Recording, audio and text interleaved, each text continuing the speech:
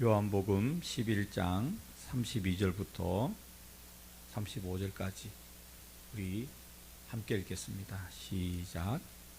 마리아가 예수 계신 곳에 가서 배웠고 그 발 앞에 엎드려 이르되 주께서 여기 계셨더라면 내 오라버니가 죽지 아니하였겠나이다 하더라. 예수께서 그가 우는 것과 또 함께 온 유대인들이 우는 것을 보시고 심령에 비통히 여기시고 불쌍히 여기사 이르시되 그를 어디 두었느냐 이르되 주여 와서 보옵소서 하니 예수께서 눈물을 흘리시더라. 아멘. 예수께서 눈물을 흘리시더라. Jesus wept. 이렇게 되어 있습니다. 예수님께서 흘리신 눈물, 누가복음 19장에서 보면 또 한 번 예수님께서 눈물을 흘리시죠.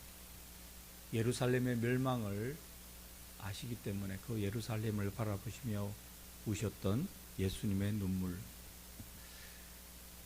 오늘은 나사로의 죽음과 관련된, 우리가 지난 학기에 인물별 성경 공부에서도 나누었던 나사로, 이 나사로의 죽음과 관련돼서 흘리신 예수님의 눈물의 의미, 그것이 우리와 어떤 관련이 있을까에 대해서 잠시 살펴보겠습니다. 마리아와 마르다, 나사로, 예수님과 친밀한 사귐을 가졌던 그 사람들 아닙니까? 그런데 나사로가 병들어 죽었습니다. 예수님께서는 그가 죽은 걸 아시고 그곳에 도착하셨고 마리아를 부르셨습니다. 그래서 마리아가 빨리 급히 일어나 예수님을 만나러 갔고 예수님께 한 말씀이 32절입니다. 마리아가 예수 계신 곳에 가서 배웠고 그 발 앞에 엎드려 이르되 주께서 여기 계셨더라면 내 오라버니가 죽지 아니하였겠나이다. 얼마나 죽음 앞에서 그 절망적인 마음이었습니다. 만약에 예수님께서 계셨더라면 내 사랑하는 오라버니가 죽지 않았을 텐데 하는 어떤 그 아쉬움, 이게 배어 있잖아요. 33절 보시면 예수께서 그가 우는 것과 또 함께 온 유대인들이 우는 것을 보시고 심령에 비통히 여기시고 불쌍히 여기사. 이것이 오늘 예수님께서 우신 이유이죠. 예수님께서 우신 이유. 예수님께서는 마리아도 울고 또 함께 있었던 사람들도 다 울고 그 장면을 보면서 얼마나 마음이 안 좋았겠습니까? 예수님께서 사랑하는 나사로가 죽었다. 단지 그 이유뿐만은 아니죠. 예수님께서 우신 이유는 인간이 가지고 있는 그 한계, 죽을 수밖에 없는 인간이란 존재, 또 인간이 가지고 있는 그 연약함, 이런 것을 보시고 예수님께서 심령에 비통히 여기시고 우신 것이고 불쌍히 여기시는 것이죠. 여러분과 저를 보시면서도 예수님께서는 동일한 마음을 가지고 계시다, 저는 생각하고 그렇게 믿습니다. 그래서 오늘 여러분과 제가 이 새벽에 기도할, 또는 우리 교회가 성경으로 기도할 본문은 11장 35절입니다. 그 전에 34절을 보시면 이르시되 그를 어디 두었느냐 이르되 주여 와서 보옵소서 하니 35절 예수께서 눈물을 흘리시더라.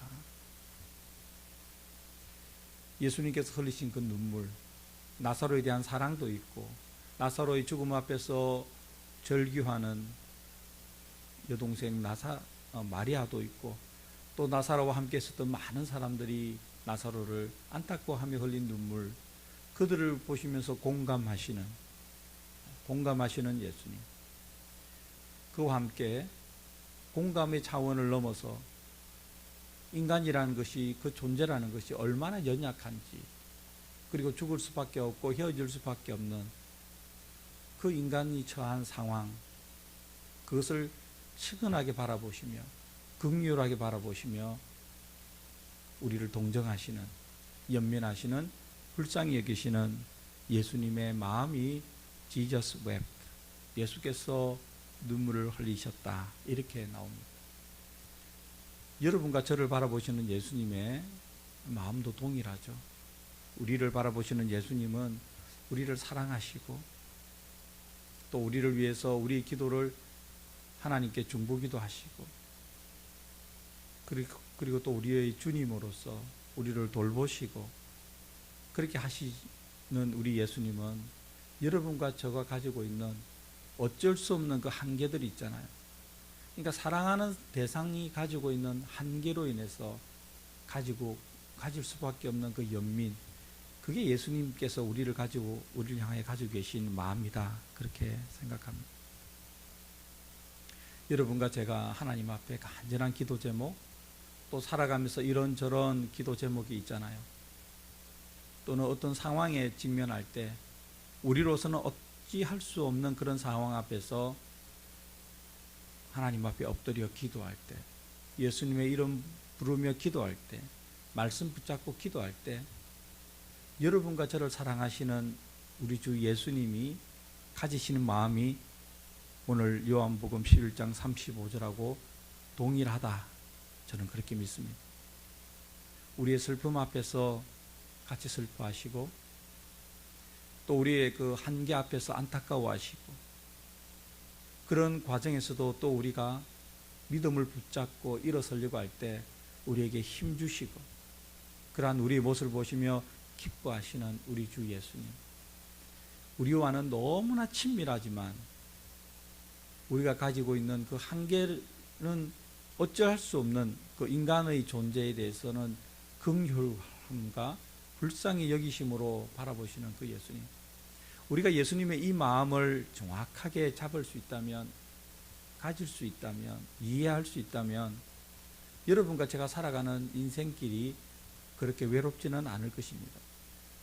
눈에 보이지 않는 그 하나님의 함께하심, 비록 눈에 보이는 사람의 함께함은 좀 부족하다 할지라도 눈에 보이지 않으시지만 지금도 나를 위해서 기도하시고 나를 돌보시는, 나사로의 죽음 앞에서 마리아와 함께 했던 사람들을 보시며 불쌍히 여기시고 비통해 하시고, 그래서 눈물로서 공감하시는 그 예수님이 바로 여러분과 제가 구주와 주님으로 고백하는 우리 주 예수님입니다. 그렇게 여러분과 저는 불쌍한 사람이 아니죠. 예수님의 불쌍히 여김을 받았기 때문에 우리는 다른 어떤 존재로부터, 세상으로부터 불쌍히 여김을 받을 이유가 없습니다. 예수님께서 우리를 긍휼히 여기시는 그것으로 충분하다, 그렇게 믿습니다. 그러니 마음은 어디에 쏟아부어야 될까요? 십자가 앞에, 하나님 앞에, 그리고 하나님의 자비와 예수님의 우리를 동정하심, 우리를 연민하심, 그것으로 인해서 충분히 십자가 앞에서 위로받는 여러분과 제가 되기를 바랍니다. 그 위로가 우리를 채우고 우리에게 차고 넘쳐서 예수님의 불쌍히 여기심과 긍휼하심이 또 우리 주위에 있는 우리와 동일한 사람들에게, 연약함과 한계를 가진 사람들에게 예수 그리스도의 동정심, 사랑, 긍휼히 여김, 불쌍히 여김, 그런 것을 전달할 수 있다면 우리는 예수님의 사랑을 받고 긍휼하심을 받은 사람으로서, 그리스도인으로서 제대로 살아가고 있는 사람이다, 이렇게 생각합니다. 오늘 하루도 우리에게 그러한 마음을 주시도록, 예수님을 향한 마음, 우리 주위의 사람들을 향한 그러한 마음을 주시도록 기도하는 새벽이 되기를 바랍니다. 기도하겠습니다. 거룩하신 하나님, 예수님께서 눈물을 흘리셨습니다. 예수님께서 나사로의 죽음 앞에서 슬퍼하는 사람들을 보시며 흘렸던 그 눈물, 그들을 사랑하시고 동정하시고 불쌍히 여기시고 연민으로 바라보시는 그 예수님의 공감하시는 그 눈길을 우리에게도 허락하여 주시옵소서.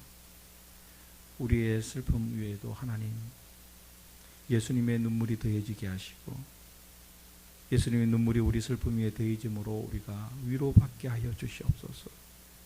세상이 줄 수 없는 위로 예수님으로부터, 하나님으로부터 받아 우리의 마음이 평화가 임하게 하시고 기쁨이 회복되게 하시고 그것을 또한 우리 주위 사람들에게 나누어주는 저희들 되게 하여 주시옵소서.